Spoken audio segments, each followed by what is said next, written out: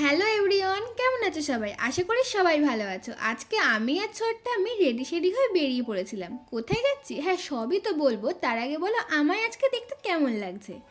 আমরা অনেকটা পথ অতিক্রম করার পর বোন আর বৌদি আমাদেরকে নিতে এসেছিল।